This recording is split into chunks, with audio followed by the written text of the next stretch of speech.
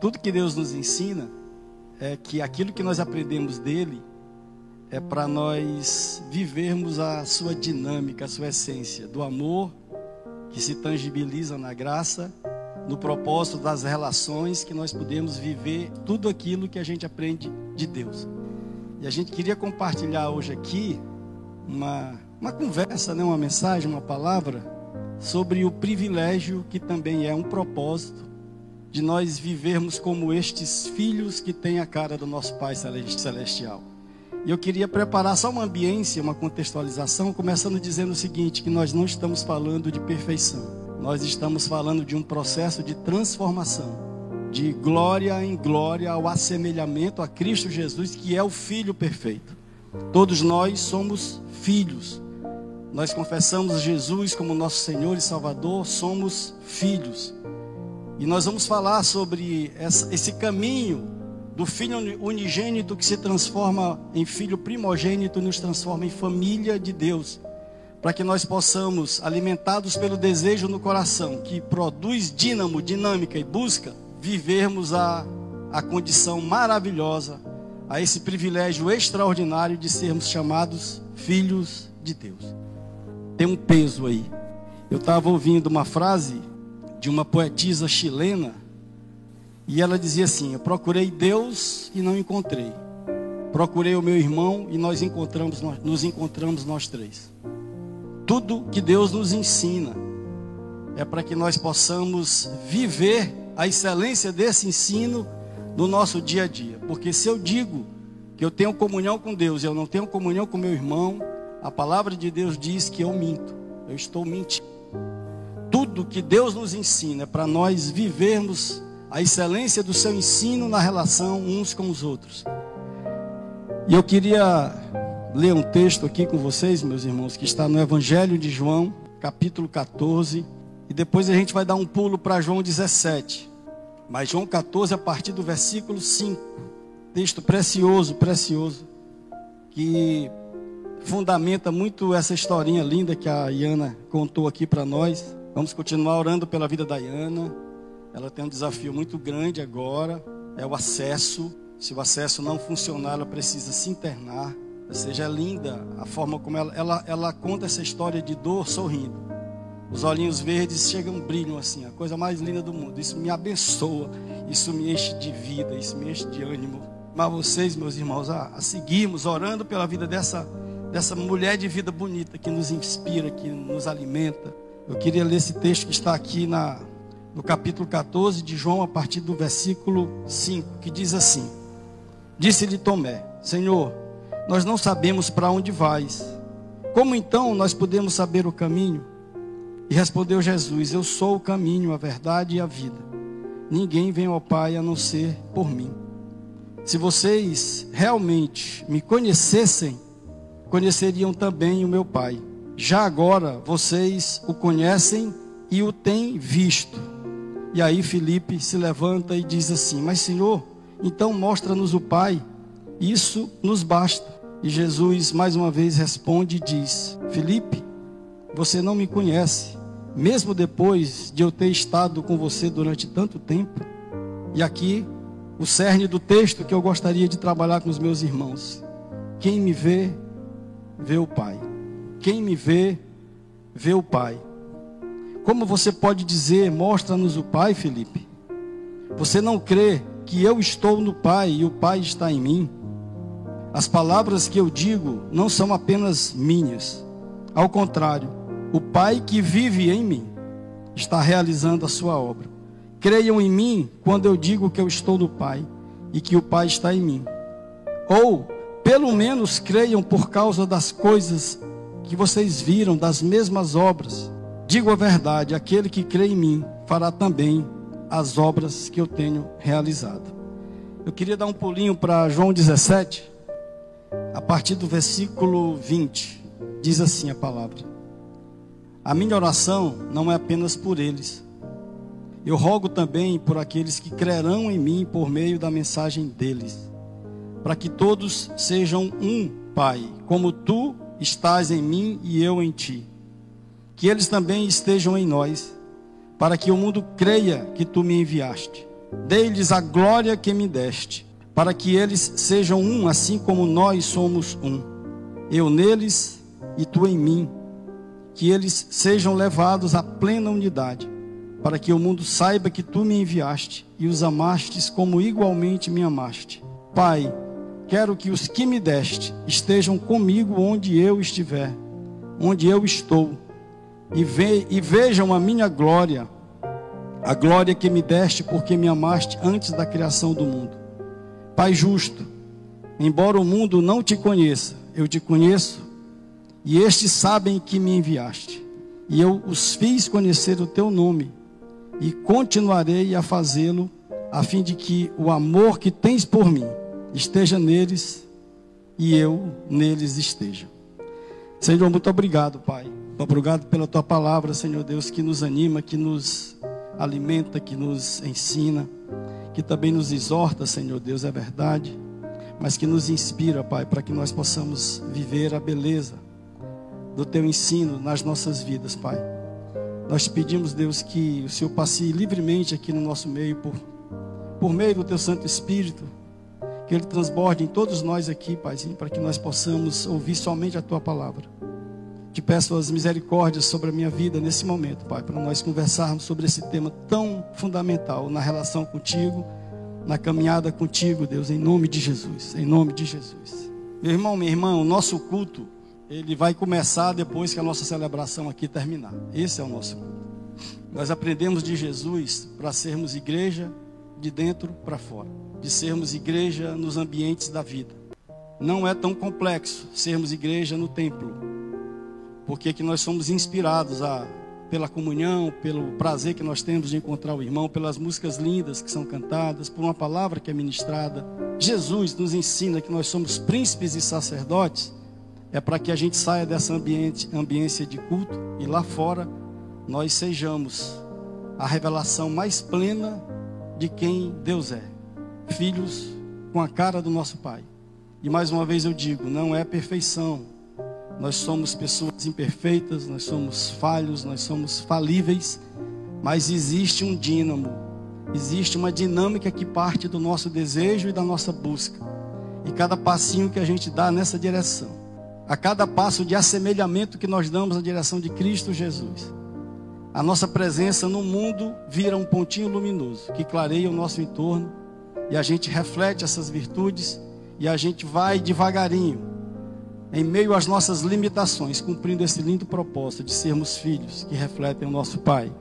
A fé não é a crença, a fé é o conhecimento, porque é muito difícil a gente confiar, a gente desenvolver, a gente alimentar a fé em quem nós não conhecemos. Então o conhecimento é o fundamento da nossa fé. A nossa convicção, a nossa crença pode ser até um testemunho da fé, mas o fundamento da fé é o conhecimento, para que nós conheçamos e prossigamos em conhecer, porque esse conhecimento agrega dois valores extraordinários na nossa jornada com Cristo, meu irmão e minha irmã. O primeiro é o alimento da fé. Quanto mais a gente conhece, mais a nossa fé é alimentada, porque a palavra diz que a fé vem pelo ouvir e o ouvir a palavra de Deus. Mas existe uma outra bênção no conhecimento, que é a bênção da maturidade, porque quanto mais a gente conhece, mais filhos maduros nós vamos nos tornando. A fé não é uma crença, porque a crença só faz um crente. Não tem nenhum problema na dinâmica da vida nós nos chamarmos de crente, está tudo certo. Nas práticas de vida não, porque a crença é mais ou menos assim: dar crédito, acreditar, credibilizar. É como se a gente estivesse mais ou menos assim numa licença poética, dizendo para Deus: ó, eu orei, eu vim para o culto, eu levantei as mãos, eu cantei uma música, eu dei um dízimo, agora tu se vira aí, porque eu estou te dando esse crédito, eu estou acreditando, eu estou credibilizando você, então agora me abençoa. Seria um estabelecimento de relação de troca, isso é crença. Então a crença só faz um crente, mas a fé faz um justo, porque o justo vive pela fé. E a Bíblia diz que não há nenhum bom e não há nenhum justo, mas cabe-nos desenvolvermos e despertarmos no nosso coração a fome e a sede por justiça, que é um dos pilares do ensino de Deus para as nossas vidas. A crença só faz um crente. mas a fé faz um justo. E nós não aprendemos para ser crentes. Deus, tudo que Ele está fazendo é formando um justo a partir da nossa fé. Então, só para a gente fundamentar, são algumas fundamentações que eu julguei importante. A fé é conhecimento, é revelação, é convicção. A nossa fé não é uma busca de bênção futura. A nossa fé é uma convicção plena de que nós já fomos abençoados.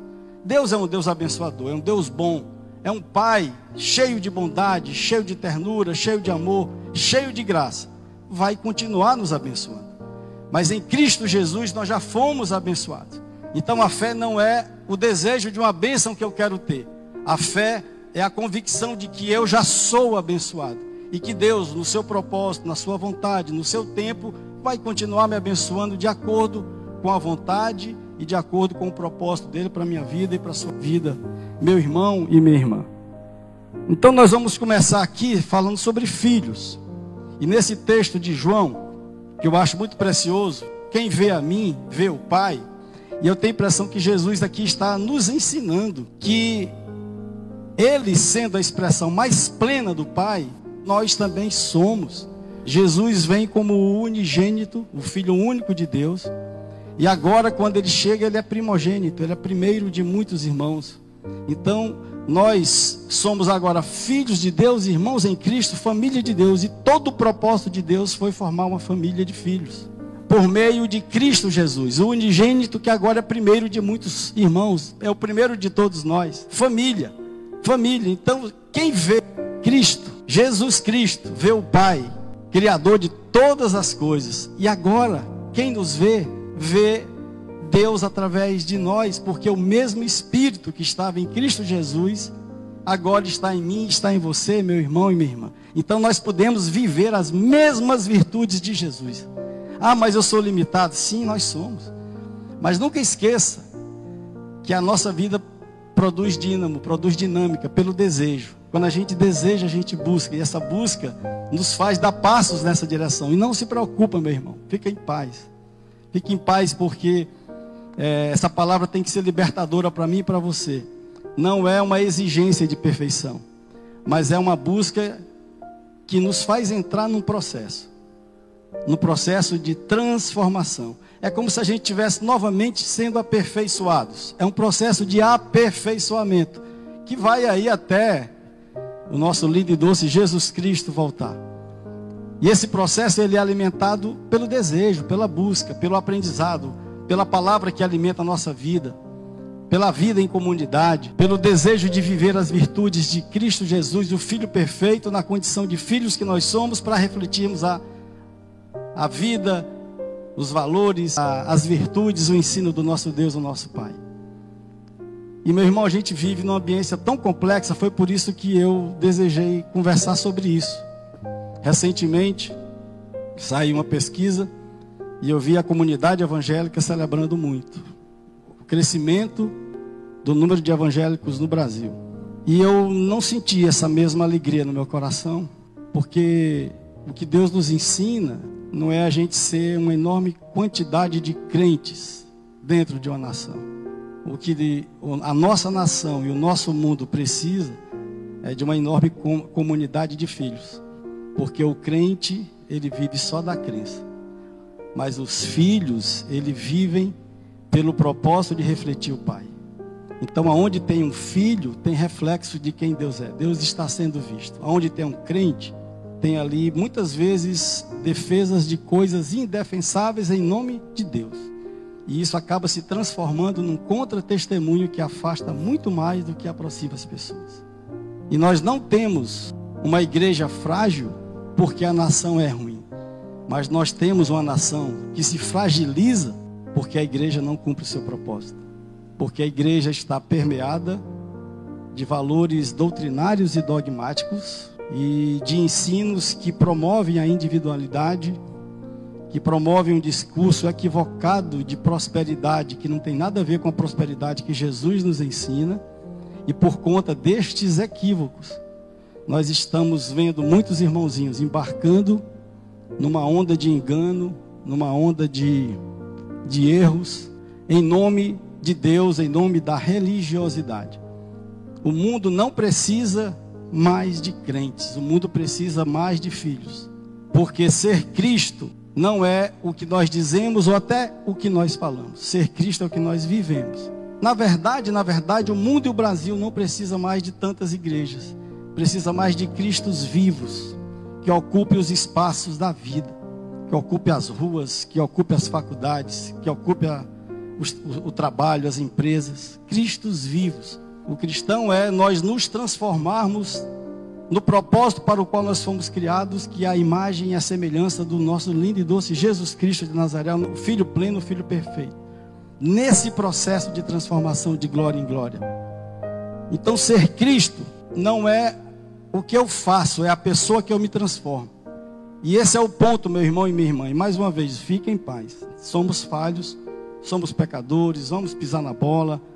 Mas o que a gente está tentando aqui animar, inspirar, começar por mim, essa palavra de ânimo começa para mim, para o meu coração, é nós não pararmos de desejar.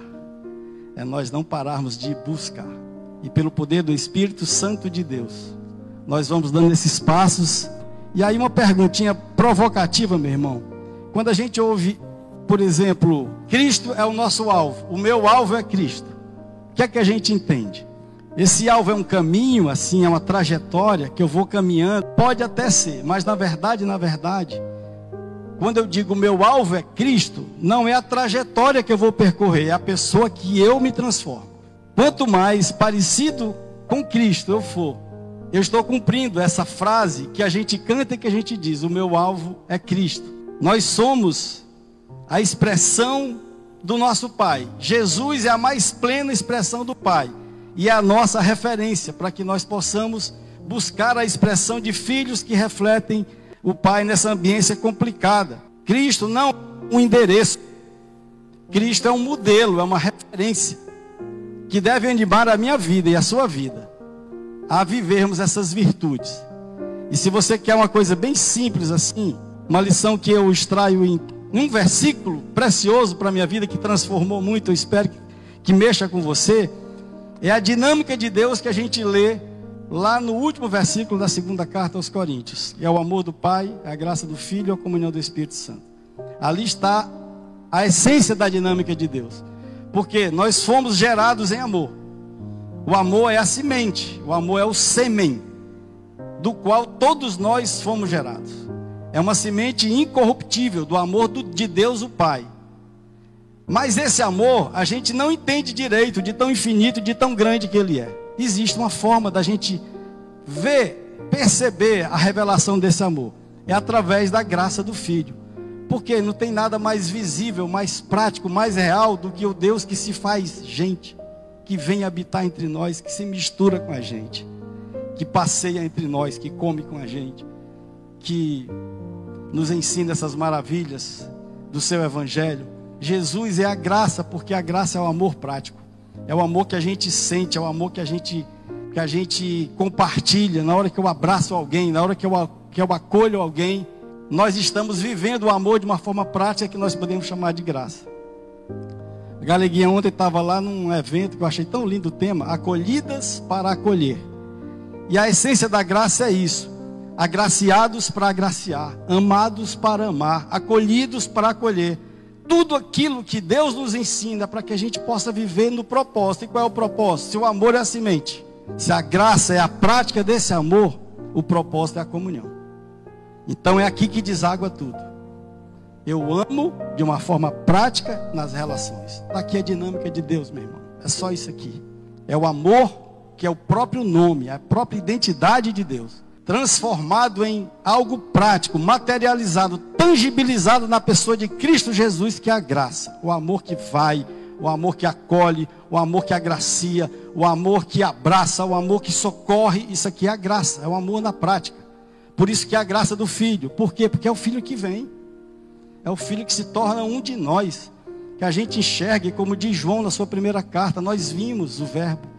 Nós comemos com o Verbo, nós compartilhamos um tempo com Ele. Acreditem em nós. É como se João tivesse assim, clamando, ele pregando ali na carta, no comecinho da carta, é como se João tivesse dizendo, acreditem. Nós convivemos com o Verbo, nós convivemos com Deus.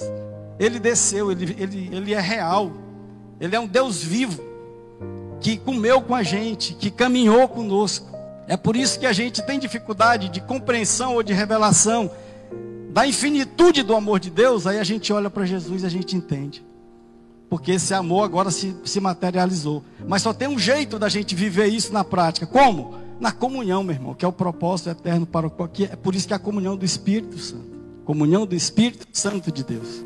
Amor, graça, comunhão. Aqui está a dinâmica. Se essa essência invadir o nosso coração, se a gente sair daqui hoje pensando nessa essência, como eu posso viver de forma prática o amor de Deus na minha vida, amando as pessoas, agraciados agraciando, acolhido acolhendo, amado amando, recebendo misericórdia sendo misericordioso, recebendo perdão perdoando, recebendo compaixão sendo compassivo.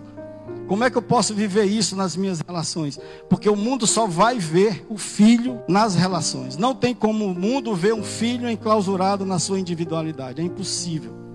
E se nós temos o propósito, como a Iana trouxe aqui, o espelhinho. Eu olho para o espelhinho, eu vejo Jesus em mim. Eu olho para o espelhinho, eu vejo Deus naquela imagem. Quando as pessoas olham para a minha vida e para a sua vida, a minha vida e a sua vida de alguma forma lembra os ensinos, as virtudes de Deus. Se sim, meu irmão e minha irmã, nós estamos nesse momento cumprindo o papel de filhos que vivem e que revelam as virtudes do Pai. Filhos que expressam o nosso Pai. E pode ter certeza, o mundo está vendo. Um problema lá de Israel, lá do Oriente Médio. O que é que eu posso fazer, meu irmão, no seu espaço? No espaço, na sua ambiência de vida. Não se preocupa, vive no teu espaço, no teu trabalho, na tua escola, em casa, no condomínio, na rua, no banco, no shopping, aonde você pisar a planta dos seus pés, você ali é a igreja que vai. Naquele momento você é o corpo de Cristo, preenchendo os espaços e os ambientes da vida. Se você vive as virtudes do nosso Pai nesta ambiência, você está cumprindo esse propósito lindo de filhos que têm a cara do Pai, para que o nosso Pai seja glorificado. E deixa eu dizer aqui uma coisa para vocês, meu irmão. A maior notícia que Jesus trouxe para mim e para você é que Deus é Pai. Porque muitas vezes a nossa relação é uma relação tipo assim, devoto e divindade. Aí é um crente buscando o favor de Deus só para preencher as suas necessidades, só para cumprir a vontade do devoto. Mas quando a relação é pai e filho, aí é uma conversa que gera amizade e intimidade. E essa é a oração que chega ao coração de Deus. Quando a gente ora, por exemplo, pelo outro. Meu irmão, fique em paz, porque se você intercede pelo seu irmão, você não precisa nem interceder por você mesmo, porque Deus vem na sua direção e realiza em você o que você precisa no tempo dele, de acordo com o propósito dele, mesmo que você não peça. Porque a sua oração intercessória está cumprindo o papel de um filho que vive, que expressa o Pai. Uns pelos outros, uns com os outros. Não tem nada, lógico, a gente pede, Deus é bondoso, mas eu só atento para o cuidado daquele pedido que só diz respeito a mim. E que para em mim. Porque isso é a individualidade do crente. Mas não é a comunhão do filho. E a comunhão do filho só se materializa na relação uns com os outros. Porque Cristo não é um endereço. Cristo é a pessoa que eu me transformo. E quando eu me transformo impactando a vida do outro. Porque o que é o Cristo? É aquele que deu a vida pelos seus irmãos. Essa é a definição de Cristo. É por isso que o nosso nome é Cristo. Rafinha Cristo, Kelvinha Cristo, Letinha Cristo. Esse é o nosso nome. Porque tudo que Deus nos ensina é a luz do que Ele expressou por meio do seu Filho pleno, que nós, os filhos por adoção, vivamos da mesma forma, para expressar quem Deus é. Deus é invisível. Deus não pode ser visto. Qual é o jeito de Deus ser visto? Através dos seus filhos, da sua família, aqui na terra. E só tem um jeito, meu irmão. É na comunhão, nas relações, a gente viver as virtudes de Deus, nosso Pai. Não tem outro jeito. Individualizados, enclausurados, a gente não cumpre o nosso lindo propósito de sermos filhos com a cara do Pai. A nossa individualidade não nos dá essa condição maravilhosa. Meu irmão, deixa eu dizer mais uma coisa. Já estou caminhando aqui para o finalzinho para a gente trazer algumas lições práticas. Não se preocupa não. Se Jesus é o teu Senhor, a eternidade não é mais problema. Fique em paz. se eu puder te animar nesse momento a não desperdiçar essa oportunidade de nós vivermos aqui agora, de cumprirmos esse propósito lindo de sermos filhos que expressam Pai. Meu irmão, nós não podemos perder uma chance dessas. Dói, é dolorido às vezes, mas é a oportunidade, porque céu nunca foi o destino.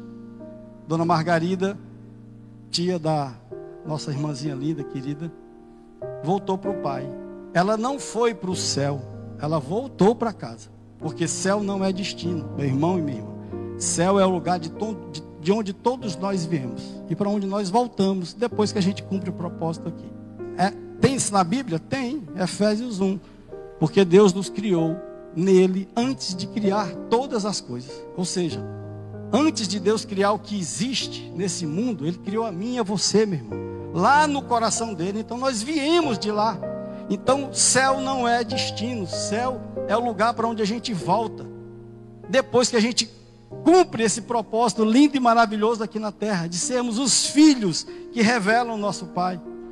Quando Deus diz haja, haja, haja, haja, ali está todo o poder de Deus. Mas quando Deus diz façamos o homem, a minha imagem, a nossa imagem, segundo a nossa semelhança, ali está toda a vontade de Deus. Então deixa eu dizer aqui uma coisa para você. Deus é todo poderoso? Deus é todo poderoso. Mas todo o poder de Deus está em favor da vontade do Pai. Todo o poder de Deus. Não é um Deus todo poderoso querendo ser reconhecido no seu poder. Não, é um Pai pleno de amor pelos seus filhos, se dando a conhecer, se revelando.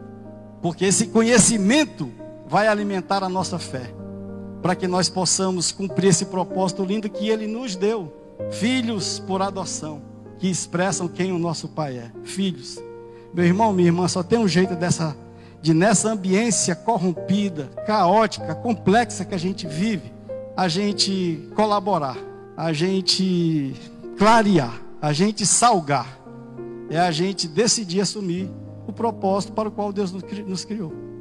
Não tem jeito. Eu não vou conseguir cumprir isso, meu irmão, compartilhando, validando ou potencializando divisão. Não tem como, é impossível, não dá. E o pior ainda é quando a gente faz isso em nome de Deus. Aí é que complicou. Porque aí não é somente um problema de comportamental, é um contra-testemunho que afasta. Não adianta eu tentar cumprir o propósito lindo que Deus me deu, de ser um filho com a cara dele, promovendo, validando, potencializando maldade. Não tem como, é impossível. Não tem como, não tem. Porque, meu irmão, o certo é certo e o errado é errado. O certo não é menos certo só porque tem pouca gente praticando. E nem o errado é totalmente errado porque tem uma infinidade de gente praticando. Não tem jeito. E eu não posso, por exemplo, por conta de uma crença, uma convicção ou até uma paixão, desvirtuar esse propósito que eu recebi de Deus, criando narrativas. Não adianta, meu irmão, não adianta. Porque a verdade em Cristo Jesus é a verdade de Cristo Jesus, que é a verdade que liberta. Se Jesus é a mais plena expressão de amor, de bondade, de generosidade, de compaixão, como é que eu posso dizer que confesso esse Jesus, validando coisas que se contrapõem a isso? Não tem como. Meu irmão, minha irmã, se a gente quiser cumprir o propósito de filhos que revelam o nosso Pai, vivendo essa ambiência caótica, então nós temos que olhar para Jesus, que é o Filho pleno, e buscar, em meio às nossas limitações, viver todas as virtudes de Jesus. E saiba que isso é possível. Por que é possível? Porque Ele mesmo disse que coisas maiores nós faríamos. Por que é possível? Porque o mesmo Espírito que estava em Jesus está em mim e em você agora. Então nós podemos fazer as mesmas coisas que Jesus fez, enquanto 100% homem, mesmo sendo 100% Deus. Porque Ele mesmo disse isso para a gente. Quem vê a mim, vê o Pai. Quem vê você, também vê o Pai. Precisa ver o Pai. Meu irmão, que nós possamos ser filhos com a cara do nosso Pai Celestial. Filhos criados desde a eternidade para cumprir esse propósito. E só para a gente fechar aqui, tem duas liçõezinhas aqui. A unidade verdadeira do corpo, meu irmão e minha irmã, eu e você, não é institucional, não é eclesiástica. A verdadeira unidade do corpo é espiritual, porque toda espiritualidade saudável, ela precisa ser necessariamente cristocêntrica. Se Jesus for o pilar da minha espiritualidade, essa espiritualidade pode ser qualquer coisa.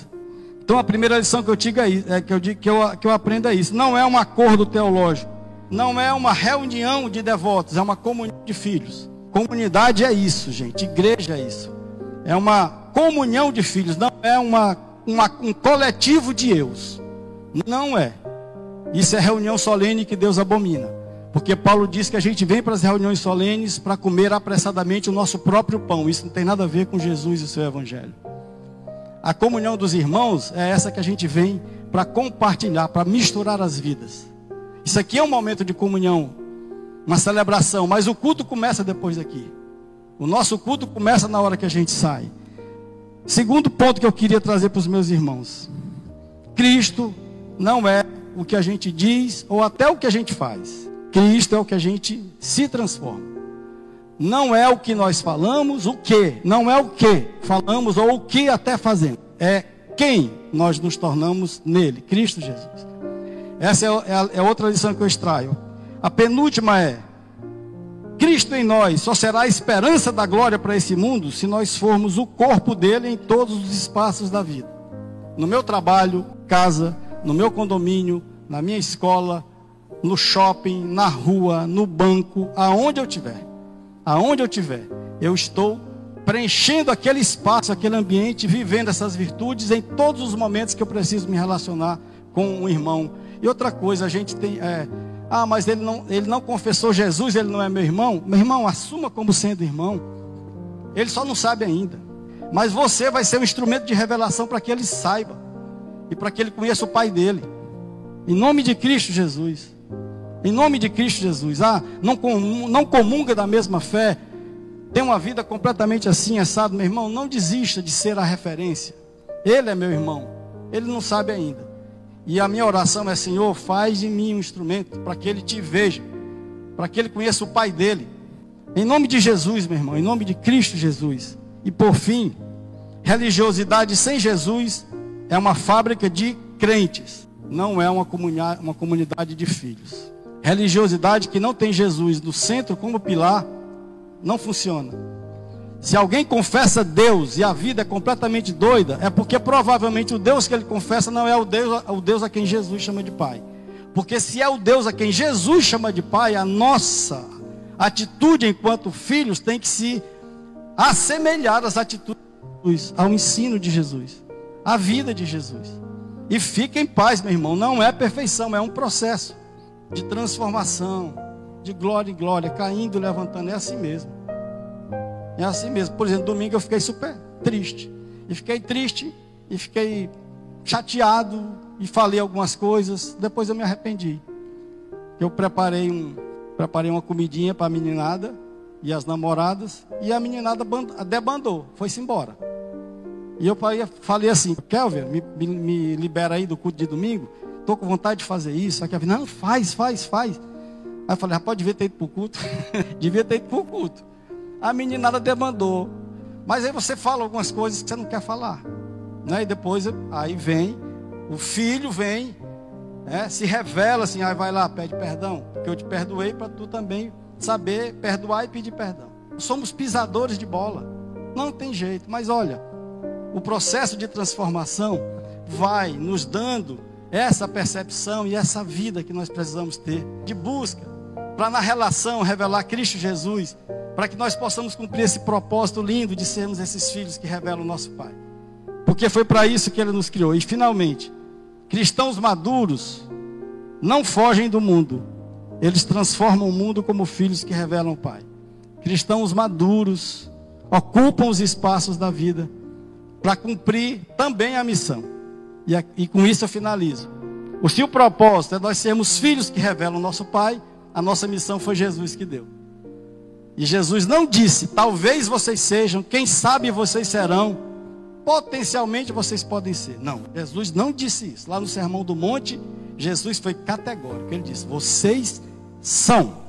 É uma afirmativa, é uma afirmação de Jesus. Vocês são o sal dessa terra e a luz desse mundo.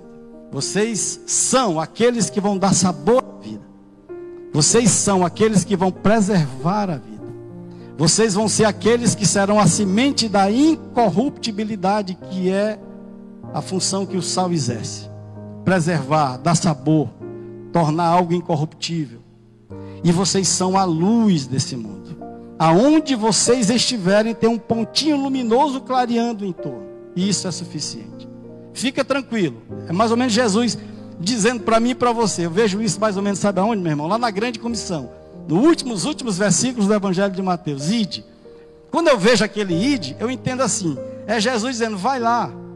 Se transforme num pontinho luminoso. Filhos com a cara do Pai, impactando o entorno. Aquela luzinha ali vai dissipar as trevas ao redor. Porque as trevas não resistem à luz. Uma minúscula fagulha de luz dissipa todas as trevas. Então, se você está num momento ali com o irmão, vivendo a comunhão, vivendo o amor, vivendo o acolhimento, vivendo o socorro, as pessoas estão vendo, aquilo ali é uma luz que está brilhando. E aí nós estamos cumprindo, além do propósito da missão que Jesus nos deu, de ser sal dessa terra e luz desse mundo. Luz que clareia os ambientes escuros dessa vida. Meu irmão, isso não é difícil, não é impossível. Isso só depende da dinâmica do dínamo, que promove desejo, que faz a gente buscar. E aí a gente vai pisar na bola, não tem problema. Mas de novo, Gálatas, filho, vem. Você vai cair muitas vezes. Quando você cair, eu vejo Jesus dizendo isso para mim, aprendendo Gálatas. Quando você cair, por favor, vai ter uma tendência natural de você ficar com vergonha e se esconder. Não faça isso não. Jesus está falando isso para mim o tempo todo, no meu coração, aqui no meu ouvido. Quando você cair, não se esconda. Continua vindo. Não, eu estou aqui tudo está pago aqui. Eu já paguei tudo. Porque eu jamais desistirei de você. Por favor, não desista de mim. É isso, meu irmão. Pisadores de bola, mas com o coração aquecido, inspirado, que busca este assemelhamento a Cristo Jesus, como uma forma de ser um filho que revela o nosso Pai que não pode ser visto. Para que esse mundo seja um espaço melhor para a gente viver. Não é uma igreja frágil porque a nação é ruim. É uma nação frágil porque a igreja não está cumprindo o seu propósito. E Paulo diz em Romanos 8 que a natureza clama para que os filhos de Deus se revelem. Meu irmão, não se omita desse propósito lindo. Mesmo em meio à nossa falibilidade, a natureza, a vida geme. A vida clama para que os filhos de Deus sejam revelados no meio dessa geração corrompida. Esse é o nosso propósito.